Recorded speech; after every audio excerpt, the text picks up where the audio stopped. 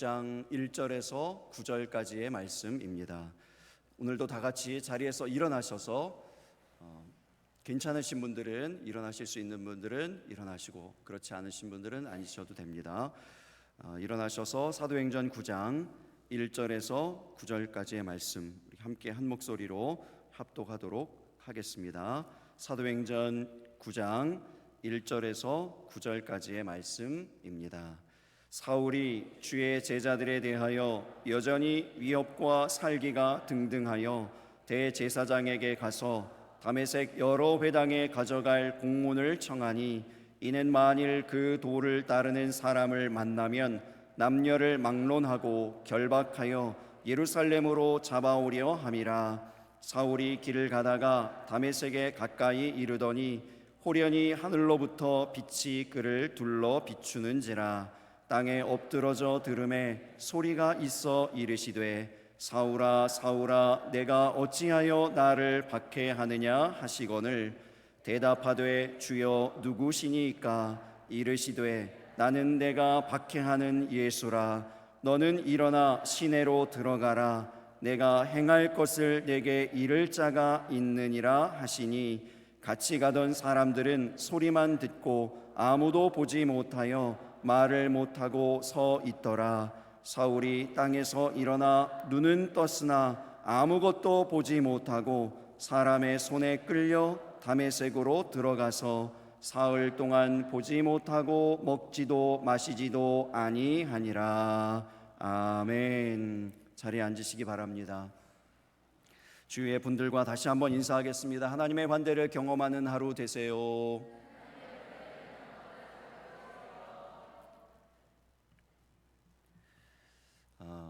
여러분 아시다시피 저는 최 씨입니다. 최 씨 하면 떠오르는 이미지가 있습니다. 어떤 이미지죠? 네, 그렇습니다. 그거죠. 좀 고집스럽다는 그러한 좀 고정관념이 있는 것 같아요. 이게 사실은 목회적으로는 도움이 안 되는 이미지입니다. 부정적인 이미지거든요. 고집스럽고 아집이 있고 이렇게 완고해 보이고 이런 이미지가 있잖아요. 여러분 1년 겪어보시니까 어떠십니까? 제가 일부 예배 때 그런 얘기를 들었어요. 뭐 조금 이런 얘기.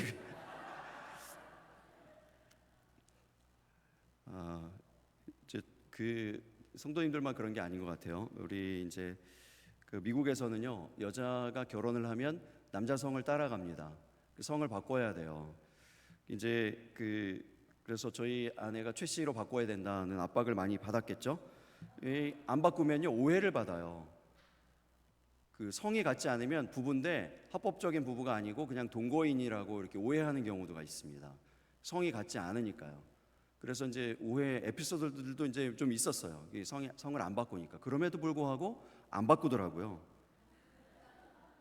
그러니까 저만 아는 분들은요, 저만 알고 제 아내를 이제 모르는 분은 저희 아내가 나타났을 때 당연히 뭐라고 부를까요? 미세스 초이라고 그래요.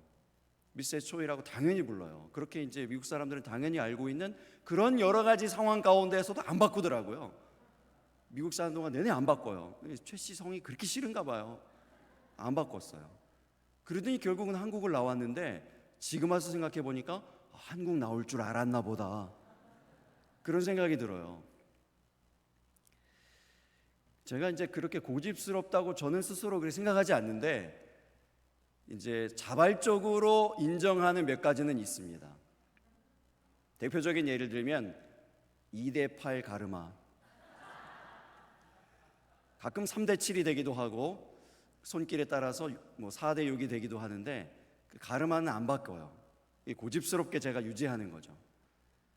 이 고지식한 옷차림도 그래요. 지난 주간에 단풍 관광을 갔다 왔는데 굉장히 제가 파격적인 변화를 한 겁니다. 왜냐하면 같이 가신 분들은 알겠지만 그냥 제가 자유복장으로 갔잖아요. 제가 몇 해 전까지만 해도 야외 예배를 가도 이 차림으로 갔습니다. 이 차림으로 가요. 왜냐하면 가서 목사니까 예배를 드리고 또 기도하고 그러는데 아무런 그런 허투른 그런 복장으로 할 수 없다 이런 생각이 다 고지식하게 있어가지고 옷차림이 고지식해요. 이걸 안 바꾸려고 그러는 거예요. 이 여전함이 있어요. 이런 여전함, 안 바뀌는 여전함, 이런 것들이 있습니다. 몇 년이 지나고 세월이 지나도 여전히 잘 안 바뀔 것 같아요.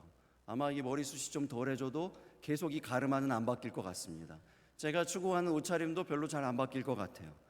이 달라지고 새로워져야 할 것이 분명히 있는데, 새로운 것들을 받아들여서 내 여전함들을 깨트려야 될 것들도 있는데, 그냥 계속 고수하는 이런 마음의 고집들, 아집들, 이런 것들이 있는 것 같습니다. 사울이 바로 그 여전함을 가지고 있어요. 사울이 주의 제자들에 대하여 여전히 위협과 살기가 등등하였다라고 말씀합니다. 위협과 살기가 등등하였다라는 부분을 영어 성경으로 보면 blotting out이라고 나와요.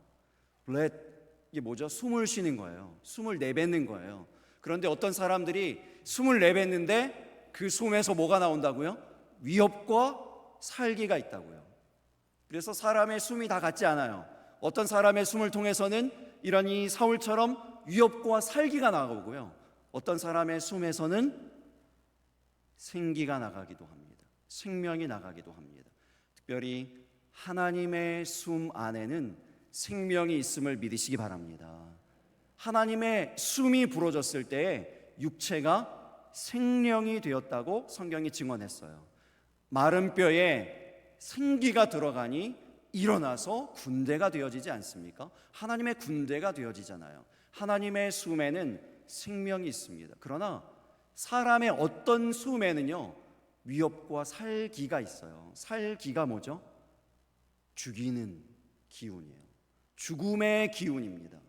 이 사람은 숨만 쉬어도 주변 사람들이 다 죽어요. 다 죽어요. 기가 죽든 생기가 죽든 진짜 생명이 죽는 거예요. 여러분 한번 곰곰이 생각해 보세요. 나는 별말 안 했는데, 나는 별 얘기 안 했는데, 저 사람하고 별로 말도 섞지 않았는데, 우리의 숨 쉬는 것만으로도, 우리의 존재만으로도 주변의 사람들이 살아나고 있는가, 생기를 얻고 있는가, 생명을 얻고 있는가, 아니면 주변 사람들이 점점 죽어가고 있는가. 여러분 생각해 보실 수 있기를 바랍니다. 이 사울이 블레팅 아웃이에요. 이렇게 숨을 내쉬기만 했는데 그 숨 안에 무엇이 있다고요? 살기, 위협, 이런 것들이 있다는 것입니다. 위협과 살기가 여전히 등등했다라고 했습니다. 이 여전함은 거꾸로져야 할 여전함입니다. 이 여전함을 가지고 계속 살아가면 주변의 사람들은 다 죽어나가는 거예요. 거꾸로져야 됩니다. 갈아엎어져야 됩니다. 변화되어야 됩니다. 새롭게 되어야 합니다. 여러분, 이러한 바꾸어져야 할 여전함, 이 여전함이 우리 가운데 있지는 않습니까? 내가 계속해서 그렇게 살아왔으니까 그냥 여전함을 가지고 똑같이 그 고집스러움을 유지하고 살아가는데, 그 여전함 때문에 누군가가 죽어간다면, 누군가가 아파한다면, 누군가가 고통스럽다면, 이거 좀 바꿔줘야 됩니다. 거꾸로져야 됩니다. 갈아엎어줘야 됩니다. 어떻게 이 여전함이 갈아엎어질 수 있을까요? 어떻게 여전함이 거꾸로질 수 있을까요? 사울이 이 대제사장을 만나서 이제 다메섹으로 갈 것인데, 그곳에 있는 여러 회당들에게 전달할 공문을 요청합니다. 그래서 다메섹에 있는 그 회당에 들어가서 그 회당 안에 혹은 그 지역 안에 있는 예수 믿는 사람, 예수 믿는 남녀를 잡아 드리는 그 권한을 주는 그 공문을 요청하는 거죠. 공문을 손에 넣었습니다. 그 손에 들고, 공문을 손에 들고 다메섹으로 향한 여행길에 오르게 되어지죠. 다메섹에 거의 가까이 이르게 되어졌을 때에 호련히 하늘로부터 빛이 그를 둘러 비쳤다고 했습니다. 그리고 예수님께서 그에게 말씀하시죠. 사울아, 사울아, 내가 어찌하여 나를 박해하느냐. 이 음성을 듣고 사울이 고꾸라집니다. 사울의 그 여전함이 고꾸라집니다. 그 여전함이 멈추어지게 되죠. 위협과 살기가 등등하던 그 사울을 거꾸러지게 만든 것이 무엇입니까? 호련히예요. 호련히 주님의 빛이 비추어지고 호련히 예수님의 음성이 그에게 들려지게 됩니다. 성경에 보면 하나님의 일하심, 그 결정적인 순간에 호련히가 많이 등장합니다. 이 원어로 보면 조금 다른 단어로 되어 있지만 우리나라 개역 개정 성경 그 한글 성경으로만 보면요, 이 호련히가 등장할 때마다 하나님께서 결정적인 일들을 일으켜 주신 것을 알 수 있습니다. 대표적인 예 몇 가지만 드릴게요. 누가복음 2장에 보면 예수님께서 탄생하셨을 때 그 순간에도 호련히가 나옵니다. 누가복음 2장 13절에서 14절 말씀입니다. 우리 같이 읽어보겠습니다. 호련히 수많은 천군이 그 천사들과 함께 하나님을 찬송하여 이르되 지극히 높은 곳에서는 하나님께 영광이요 땅에서는 하나님이 기뻐하신 사람들 중에 평화로다 하니라. 마태복음 17장 5절의 말씀도 우리 같이 읽겠습니다. 말할 때에 호련히 빛난 구름이 그들을 덮으며 구름 속에서 소리가 나서 이르시되 이는 내 사랑하는 아들이요 내 기뻐하는 자니 너희는 그의 말을 들으라 하시는지라. 이 장면이 어떤 장면입니까? 변화산에서 하나님이 그 하나님의 아들 독생자 예수 그리스도에게 말씀하시는 그 음성을 내려주시는 그 장면이잖아요. 그때에도 호련히 라는 표현이 나옵니다. 마가의 다락방에 모인 그 120명의 성도들이 이제 성령 강림을 기대하면서 기도하고 있을 때 그 성령이 어떻게 임하였다고 말씀하고 있습니까? 사도행전 2장 2절의 말씀입니다. 같이 읽겠습니다. 호련히 하늘로부터 급하고 강한 바람 같은 소리가 있어 그들이 앉은 온 집에 가득하며 그랬습니다. 성령이 강림하시고 성령이 임하실 때에도 호련히 임했다고 했어요. 베드로가 감옥에 갇혔습니다. 그 감옥에 갇힌 베드로를 구출해내시는 그런 극적인 장면 가운데에서도 호련히가 나옵니다. 사도행전 12장 7절 말씀입니다. 호련히 주의 사자가 나타남에 옥중에 광채가 빛나며 또 베드로의 옆구리를 쳐 이르되 급히 일어나라 하니 쇠사슬이 그 손에서 벗어지더라. 우리 모두가 다 예수 그리스도를 믿는 믿음 가운데에서 우리의 삶을 마치게 되어질 줄로 믿습니다. 우리의 모든 삶이 맞춰지는 그 순간 예수 그리스도를 믿는 그 믿음으로 말미암아 우리의 삶이, 우리의 인생이, 우리의 이 육체가 변화될 것입니다. 무엇으로 변화될까요? 부활의 몸으로요. 부활체로 예수님처럼 그렇게 변화되어질 것인데 그 변화가 어떻게 일어날 것인가에 대한 말씀, 이 말씀 가운데도 호련히가 있어요. 고린도전서 15장 51절의 말씀입니다. 같이 읽겠습니다. 보라, 내가 너희에게 비밀을 말하노니 우리가 다 잠잘 것이 아니요 마지막 나팔에 순식간에 호련히 다 변화되리니. 아멘. 할렐루야. 우리가 다 어떻게 변한다고요? 호련히 다 변화된다고요. 그래서 믿는 자에게는 죽음이 없습니다. 사망이 없습니다. 우리의 끝은 사망이 아닙니다. 우리의 끝은 부활임을 믿으시기 바랍니다. 부활의 몸으로 변화될 때 호련히 변화된답니다. 호련히.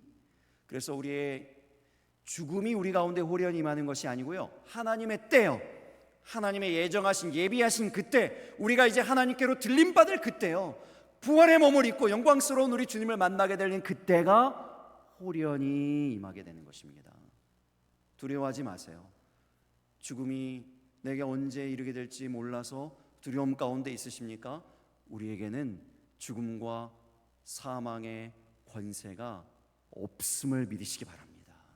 그 사망 권세, 죽음의 권세, 흑암의 권세를 이기시고 부활하신 예수님처럼 우리도 호련히 부활하게 된다고요. 호련히 하나님을 만나게 되어진다는 것입니다. 그러니 얼마나 기쁜 일입니까? 두려운 일이 아니에요. 염려되는 일이 아닙니다. 고통스러운 순간이 아니에요. 어둠이 가득 차는 순간이 아니고요, 영광스러운 순간이 되는 것입니다. 호련히 하나님의 일하심이에요. 호련히가. 근데 왜 하나님께서 이렇게 호련히 일하실까요? 하나님의 때를 우리가 왜 알 수 없게 하셨을까요? 전도서 3장 11절의 말씀 우리가 얼마 전에 할렐루야 찬양대에서 찬양했을 때 나왔던 그 말씀이요, 하나님이 모든 것을 지으시되 때를 따라 아름답게 하셨고 또 사람들에게는 영원을 사모하는 마음을 주셨느니라. 그러나 하나님이 하시는 일의 시종을 사람으로 측량할 수 없게 하셨도다. 왜 이렇게 하셨을까요? 왜 하나님의 하시는 일의 시종을 사람으로 측량할 수 없게 하셨을까요? 좀 알게 해주시면 좋을 텐데, 언제 내 사정이 좀 풀릴지, 언제 이 기도가 응답되어질지, 언제쯤 나아질지, 언제쯤 우리 남편이 나올지, 이것들을 알게 되면 얼마나 우리가 기쁘고 즐겁겠습니까? 그런데 하나님은 분명히 이렇게 말씀하셨어요. 하나님의 하시는 일의 시종을 사람으로 측량할 수 없게 하셨다고 말씀했습니다. 왜 이렇게 하셨을까요? 왜 모르게 하셨을까요? 왜 감추어 두셨을까요? 왜 숨겨두셨을까요? 성경 안에 답이 있는 줄 믿으시기 바랍니다. 성경을 계속 읽어보면요, 답이 있어요. 잠언 3장 14절이요. 우리가 방금 전에 3장 11절 보았죠? 멀리 가지도 않아요. 조금 더 읽어보면 14절에 이제 그 답이 있습니다. 함께 읽어보겠습니다. 하나님께서 행하시는 모든 것은 영원히 있을 것이라 그 위에 더할 수도 없고 그것에서 덜할 수도 없나니 하나님이 이같이 행하심은 사람들이 그의 앞에서 경외하게 하려 하심인 줄을 내가 알았도다. 이유가 뭐라고요? 경외예요. 경외. 하나님을 경외하게 하려고 하나님의 하시는 일의 시종을 측량할 수 없게 하셨다고요. 알 수 없게 하셨다고요. 모르게 하셨다고요. 감추고 숨겨두셨다고요. 경외하게 하시려고요. 그런데 여러분 마음 가운데 이런 질문이 여러분 얼굴에 쓰여 있어요. 이런 질문이 쓰여 있습니다. 뭐라고 쓰여 있는가 하면, 아니 그 경외가 뭐 경외하는 게 뭐가 이렇게 중요한데 하나님의 일을 감추시고 이렇게 답답하게 하십니까? 경외하는 일이 뭐가 이렇게 중요하다고요? 경외하는 게 도대체 뭔데요? 하는 이런 얼굴 표정이신 분들이 몇몇 있어요. 여러분, 경외하는 것이 왜 중요할까요? 왜 이 경외하게 하려고 사람으로 다 하나님의 일을 하시는 것들을 측량하지 못하게 하고 모르게 하셨을까요? 경외하는 것이요, 성경 그대로 성경에 다 있잖아요. 지혜의 근본이 뭡니까? 여호와 하나님을 경외하는 거예요. 바꿔서 얘기하면 하나님을 경외하면 지혜의 근본이 있어요. 지혜가 우리 가운데 열려져요. 이 경외가 중요하지 않겠습니까? 이 경외함이 가장 큰 복이에요. 경외함으로 나아가게 만드시는 것, 이게 하나님의 뜻입니다. 그래서 경외하게 되어야 우리의 삶에 진정한 지혜를 얻게 되어지고요, 진정한 복을 얻게 되어지고요, 하나님의 영광이 우리 가운데 이루어지게 되는 거예요. 그 경외함을 이루기 위해서 감추어 두시는 거예요. 알려주시지 않아요. 알려주시지 않아요. 그래서 하나님께 계속 묻고 구하고 기도의 자리로 나아가고 예배의 자리로 나아가고, 하나님 알려주세요, 내가 깨닫기를 원합니다 하고 계속 기도의 자리로 나아오도록 만들어주시는 거죠. 그래서 그 경외함을 얻게 되어질 때 지혜가, 또 하나님 부어주시는 큰 복이, 더 큰 복이, 하나님의 일들이 이루어지기 때문에 그렇습니다. 여러분, 때로 우리가 기도가 응답되지 않고 기도 응답이 더디다고 해서 이 마음이 답답할 때가 있어요. 혹은 이 하나님을 향하여서 시험이 될 때도 있습니다. 여러분, 어제 우리 다니엘 기도회에서 간증자로 나오신 그 목사님 예를 기억해 보세요. 그 간증을 기억해 보세요. 인생에 있어서 두 번의 큰 환란이 있지 않았습니까? 한 번은 어머니가 돌아가시고 그 어린 나이에, 두 번째는 아버지가 돌아가시고. 근데 그때마다 기도했다고 했잖아요. 그때마다 하나님께 부르짖어 기도했는데 왜 하나님이 응답하시지 않았어요? 왜 그렇죠? 하나님의 때가 아니에요. 하나님의 때가 아니에요. 하나님의 하시는 일의 시종, 시작과 끝, 이것이 아니에요. 그것과 맞지 않아요. 맞지 않아요. 하나님의 일하심이 이렇다는 것입니다. 호련히. 이 하나님을 경외하는 것이 이제 하나님의 뜻이라고 했는데요, 제가 보니까 그 다니엘 기도에 이렇게 쭉 보니까요, 정말 하나님을 경외하는 분들이 그 앞에 간증자로 서는 것 같아요. 예배를 인도하시는 분으로 서시는 것 같아요. 특별히 기억 남는 분은 화요일에 여러분 다 동일한 그 은혜를 받으셨을 텐데, 임정택이라는 그 히스빈스 그 정신지체 장애인들과 함께 그 커피 체인점을 하시는 그분이요. 그분에게서 인상적이었던 것은 뭐냐면, 사람들이 그 간증 중에 그 극적인 장면에 대한 이야기가 나올 때 다 박수를 보내잖아요. 그 박수를 보낼 때마다 아주 자연스럽게 하나님께 다 영광을 올려드리는 거예요. 그때마다 그 표현이 저는 이렇게 받아들여졌어요. 정말 1%도 단 조그마한 부분들도 하나님의 영광 가로채지 않고 싶다라고 하는 그 표현으로 받아들여졌어요. 100% 하나님의 은혜입니다. 전적인 하나님의 은혜입니다. 이렇게 하면서 하나님께 우리 영광을 올려드리는 거예요. 근데 그 모습이 저에게는 더 큰 감동이었습니다. 우리의 신앙이 얼마나 즉각적이고 그 반응이 얼마나 빠른지요. 그렇게 간증을 들었잖아요. 화요일 날 간증 들었는데 수요일 날 울산 히스빈스에 가셔가지고 커피를 벌써 사서 가지고 이렇게 주시는 거예요. 그래서 너무 감사했어요. 그것도 너무 감사하고, 저는 사실 커피 맛을 잘 몰라요. 많은 분들이 제가 미국에서 왔으니까 커피를 잘 마시는 미국 사람들하고 같이 지내셨으니까 커피를 좋아하실 것이다 이렇게 생각하시는데요. 저는 커피를 잘 모르고요. 제가 아는 커피라고 하면 법대로 커피, 카페드윤 뭐 이런 커피만 알고요. 다른 커피 잘 몰라요. 근데 아무튼요, 우리 이 하나님께서 일하심이 호련이라고요. 하나님의 때를 우리가 알 수 없어요. 그러면 우리는 어떻게 해야 될까요? 하나님의 일하심을 우리가 알 수 없다고 했고 호련히 일하신다고 했는데 우리는 어떻게 해야 되겠습니까? 그것에 대한 답도 성경에 여전히 있어요. 15절 전도서 3장 15절을 계속 보면요, 이렇게 말씀했습니다. 우리 같이 읽어볼까요? 이제 있는 것이 옛적에 있었고 장래에 있을 것도 옛적에 있었나니 하나님은 이미 지난 것을 다시 찾으시느니라. 여러분, 이 말씀이 어떤 말씀일까요? 무슨 말씀입니까? 이제 있는 것이 옛적에 있었고 장래에 있을 것도 옛적에 있었나니 하나님은 이미 지난 것을 다시 찾으신답니다. 여러분, 이 말씀이 무슨 말씀일까요? 어떤 말씀이겠습니까? 여러분, 우리의 삶에서 바꾸어져야 할 여전함이 있어요. 위협과 살기가 등등하는 이런 것들은, 사람들을 죽이고 괴롭히고 힘들게 하는 이런 여전함들은 사라져야 됩니다. 고쳐져야 합니다. 하나님의 호련히로 말미암아 바꿔져야 돼요. 변화되어져야 돼요. 그런데 변화되지 말아야 할 여전히도 있어요. 기도의 자리요. 여러분, 하나님 앞에 예배하는 예배의 자리 변치 않게 되시기를 예수님 이름으로 축복합니다. 하나님이 찾으시는 것이 바로 그걸 얘기하는 거예요.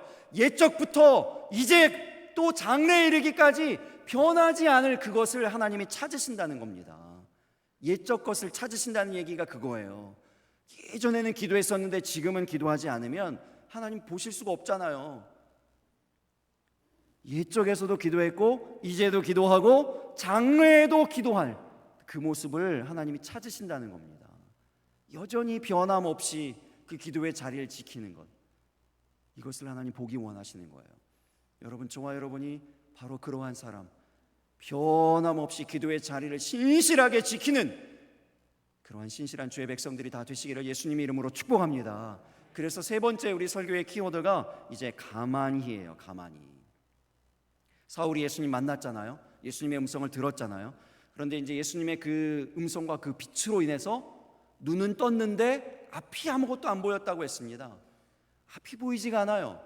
그래서 사람의 손에 붙들린 바 되어서 다메섹으로 들어갔는데 그 다메섹에 들어가서 이제 먹지도 않고 마시지도 않았다고 했습니다. 이것은 먹지 못한 것이 마시지 못한 것이 아니고, 성경을 가만히 보면요, 먹지 않은 거예요. 의지적으로 마시지 않은 겁니다. 자기의 의지로 먹지 않고 마시지 않으면서 뭘 한 걸까요? 9절 말씀부터 우리 한번 보겠습니다. 본문 9절 다시 한번 읽어보겠습니다.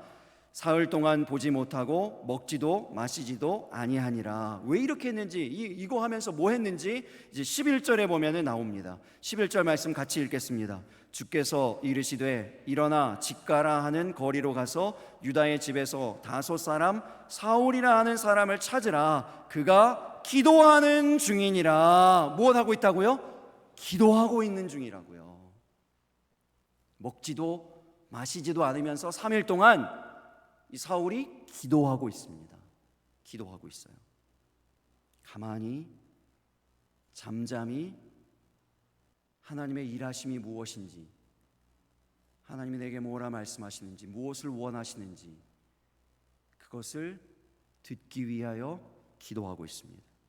그리고 나서 어떤 일이 일어났습니까? 그 3일 기도 이후에 먹지도 마시지도 않고 전심으로 기도한 그 이후에 그의 눈이 열리게 되고 그의 인생이 완전히 달라지게 됩니다.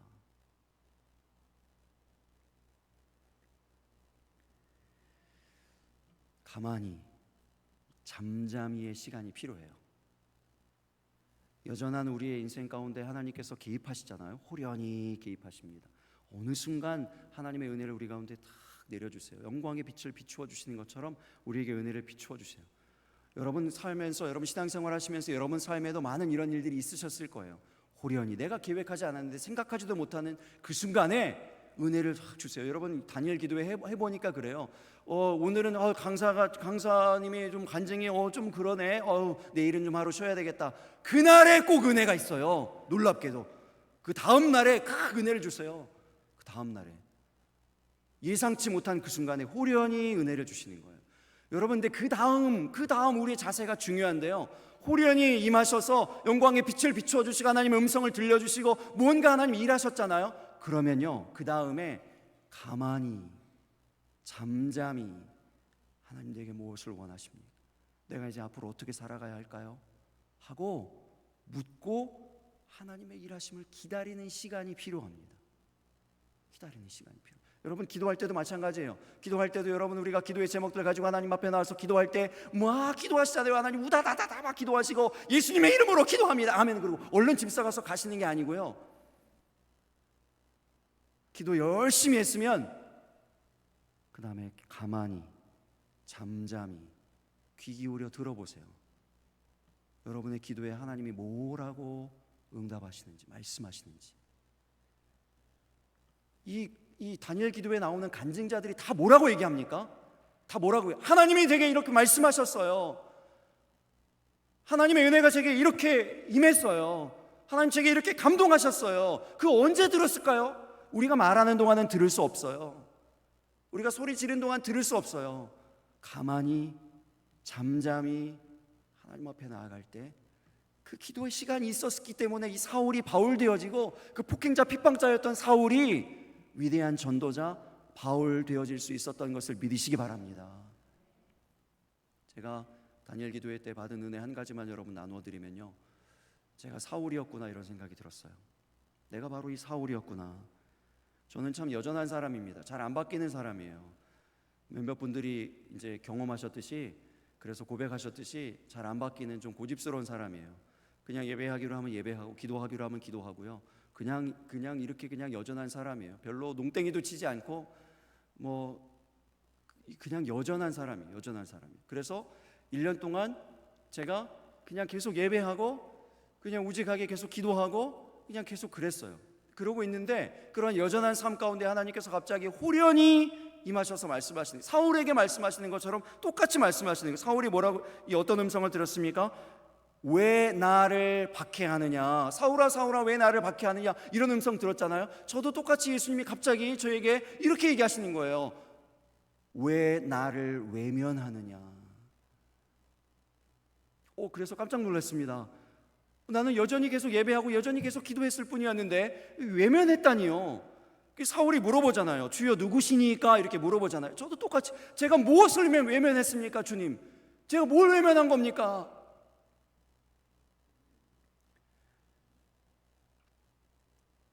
주님의 상처를 보여주시는 거예요. 못 박힌 손과 발을 보여주시고 채찍에 맞은 등을 보여주시고 창에 찔린 허리를 보여주시고 피가 철철 흐르는 면류관 쓰여진 머리를 보여주시고 상처를 보여주시는 거예요. 우리가 다니엘 기도회 시작하면서 대신방도 같이 시작했습니다. 신방을 하는데 제가 정말 가슴을 친 것이 그거예요. 상처를 못 보았구나.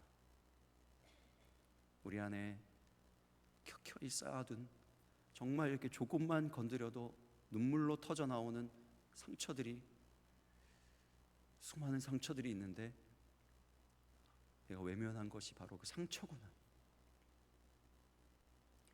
바로 그 상처 입은 강도 만난 이웃을 외면하고 피하여 돌아간 반대편으로 간 바로 그 제사장 레위인이었구나.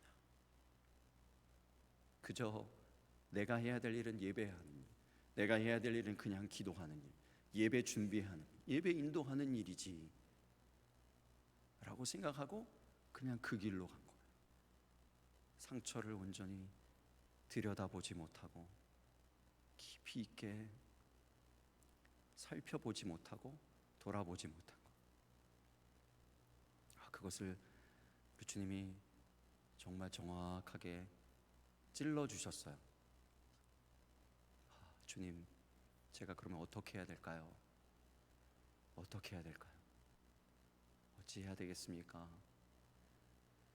잠잠히 가만히 주님께 묻는 시간을 가졌습니다. 그때 정말 놀랍고 감사하게도 우리 하나님이 저에게 그렇게 말씀하시는 거예요. 괜찮다. 내가 했다. 내가 치유하고 내가 회복하고 내가 하나님의 하시는 일을 행했다 라고 말씀하시는 거예요.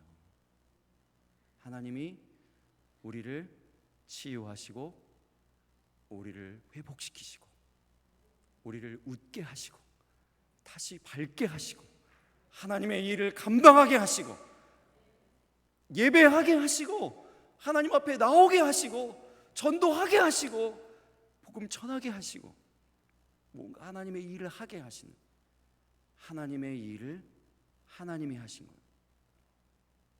하나님이 하셨어요. 저는 그저 그런 모든 것들을 다 해내지도 못하고 그냥 그저 환대만 부르짖고 그냥 예배하자고 부르짖고 그랬는데 하나님이 전적으로 일하셨어요.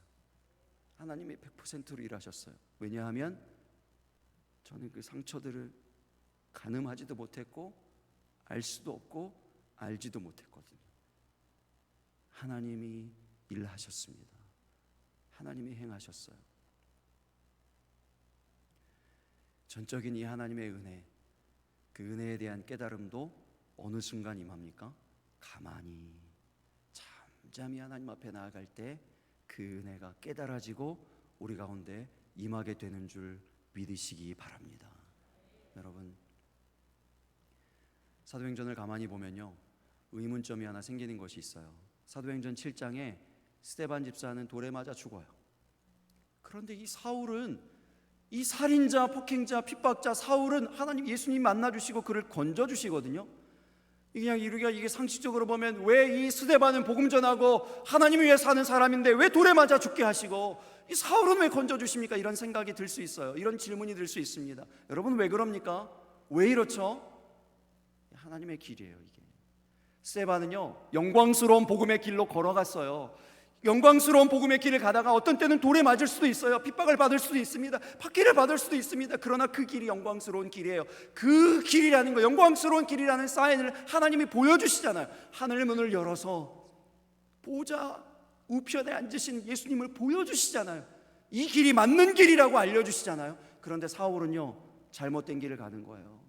영영 잘못된 길을 갑니다. 그러니 호련히 예수님 나타나셔서 그의 길을 막으시지 않습니까? 여러분, 이것이 우리 하나님의 환대하심입니다. 우리 하나님의 사랑하심입니다. 저와 여러분의 삶 가운데에도 그렇게 역사하시는 하나님이세요. 호련히 역사하십니다.